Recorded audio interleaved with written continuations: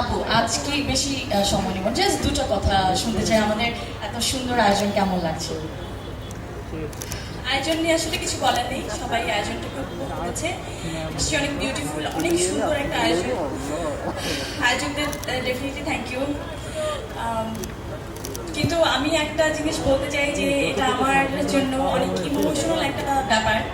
কারণ আমি বডিটা যখন লঞ্চ করি, শুধু মা এবং বাচ্চাদের জন্য বডি কাজ করে, সেটা আপনারা সবাই জানেন।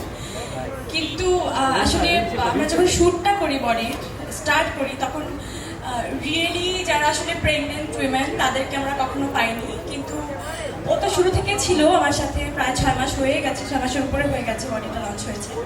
কিন্তু প্রথমবার ও একজন সত্যি সত্যি একজন প্রেগনেন্ট উইমেন। ও কিন্তু কোনো দাবি পড়া নেই, ওর জন্য সবাই দোয়া করবেন, ওর অনাগত সন্তানের জন্য। একজন এরকম প্রসূতির মা যখন, আমি যে ব্র্যান্ডটা নিয়ে কাজ করি, যেটা মায়েদের জন্য কাজ করে, বাচ্চাদের জন্য কাজ করে, সেই ব্যাপারটাকে তুমি ধারণ করেছো, তুমি আসলে বডিটাকে পরিপূর্ণ একটা পূর্ণাঙ্গ রূপ দিয়েছো। তুমি thank you so much. Thank you Lamia, I love you, I love you all, যারা আমাকে এত দূর সাপোর্ট করেছেন, বডিটাকে আপনাদের নিজস্ব ব্র্যান্ড করে নিয়েছেন। I am so thankful to you. Love you, love you, love you.